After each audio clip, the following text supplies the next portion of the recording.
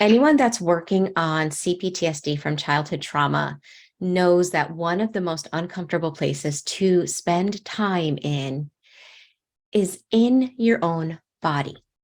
Now, that might sound weird because we're in our body 24/7. However, if you have childhood trauma, unhealed trauma from the past, we tend to live life from the neck up. We're in our mind, we're ruminating, we're thinking about things, we're replaying things that happened, we're noticing the details of what happened, we're hypervigilant about what's going on outside of self, and we often may not even realize how little time is spent in the body.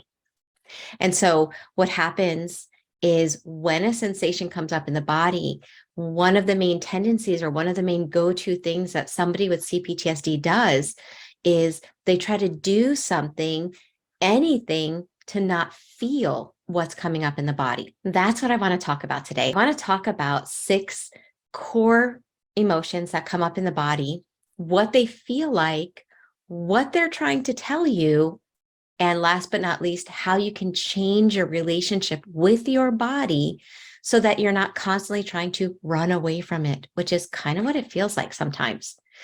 And it's impossible to do because it's like trying to outrun your shadow. It doesn't work. And the awesome thing is that as you're learning what these sensations are, what they feel like, and how to handle them, you start really coming back into your body. The first emotion that we're going to talk about is anger.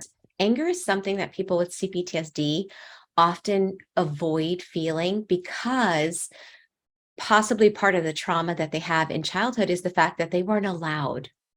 You weren't allowed to be angry. You were considered bad if you were angry or upset about something, even if you had reason to be. So when we're feeling angry, the way anger shows up often is through tension, right? We tense our jaw. We might feel tension in our arms and our shoulders. There can also be heat, right? We might get hot in the face. We might feel a tightness, almost like a knot forming in our chest area. So emotions are energy in motion. They're an energy that we feel. And so we often feel anger as heat or constriction, tightness. Now, if we have Cptsd, we might think, oh, this is bad. This is coming up in my body. This is bad. And so we might try to ignore it or get busy doing something, or we might shove it down.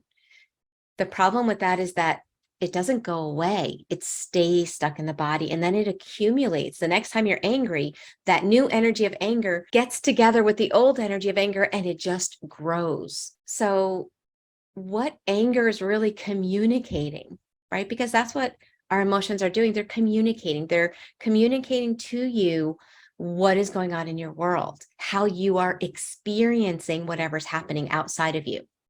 That's what our emotions are doing. They're mirroring to you what you are experiencing or how you are experiencing what's going on around you. So when anger comes up, it's usually a signal that someone is or something is crossing your boundary. There's been a boundary violation. And so your body's letting you know, I don't like this.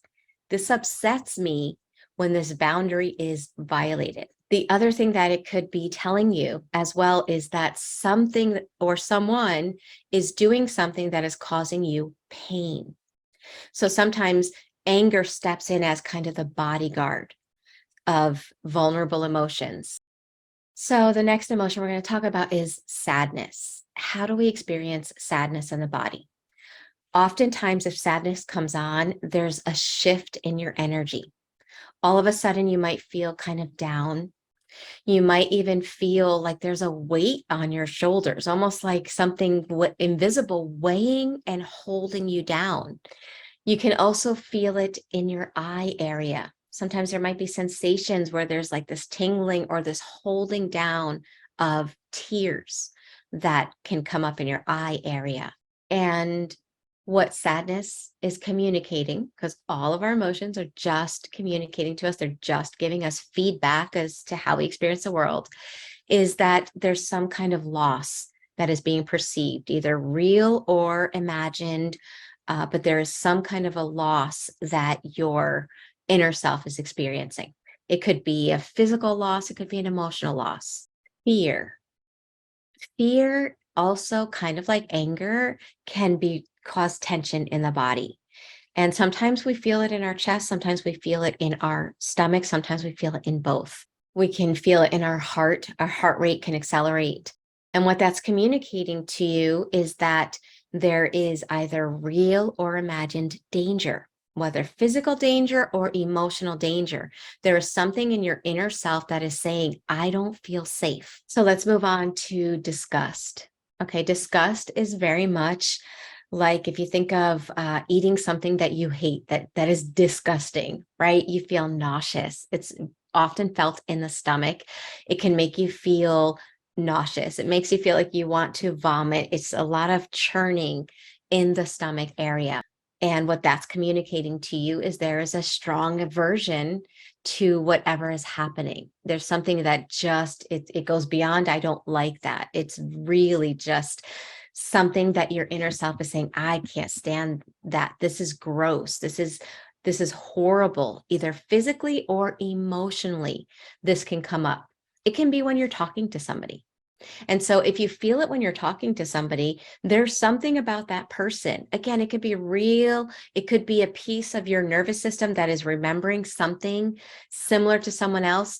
Now, oftentimes it's on point, but I do want to say that sometimes our nervous system can be way off point. So for example, if somebody is a manipulative person and in your past, you were manipulated by narcissistic family members, and let's say they had that famous smirk, right?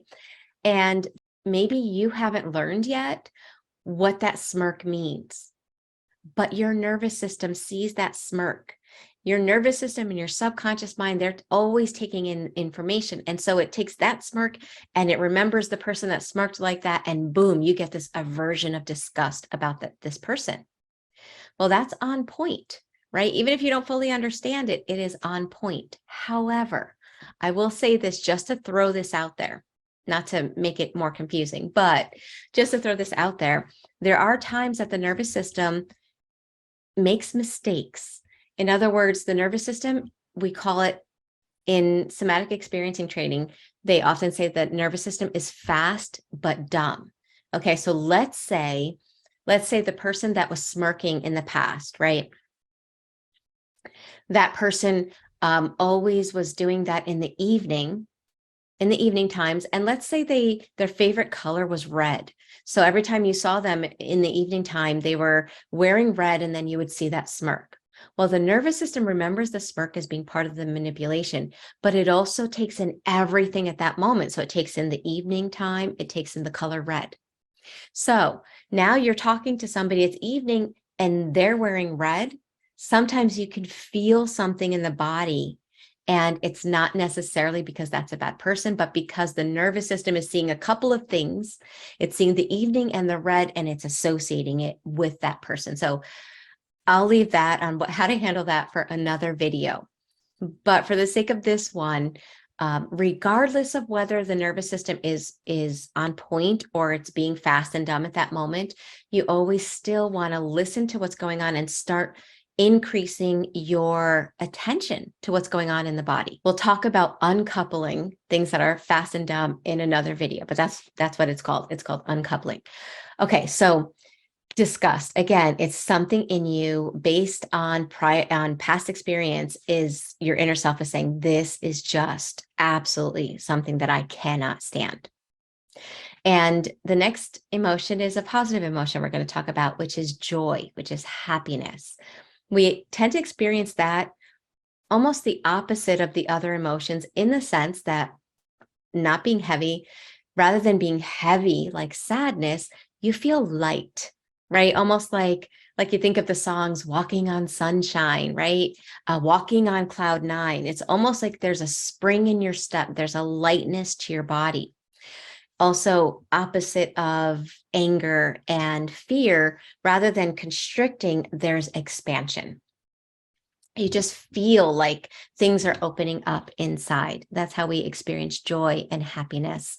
Now, again, this is on a side note. if you have CPTSD, sometimes that expansion and that lightness can trip another emotion of fear, because maybe in the past, being happy was dangerous. So again, that's an uncoupling that needs to take place in the nervous system. Save that for another video. But those are 6 core emotions that tend to come up in our body. And when we're overcoming or working through childhood trauma or CPTSD, we really want to start noticing when these things are coming up in our body, what they feel like, so that we can listen and start connecting to self again. Because our emotions are communicating to us. And if we don't feel comfortable with them, if we don't trust them, if we don't feel safe with them, we're going to ignore them, stifle them, and be looking at the outside world to help us to understand how we are experiencing the outside world. And that doesn't work. Not only that, but it also continues to keep you kind of separate from you.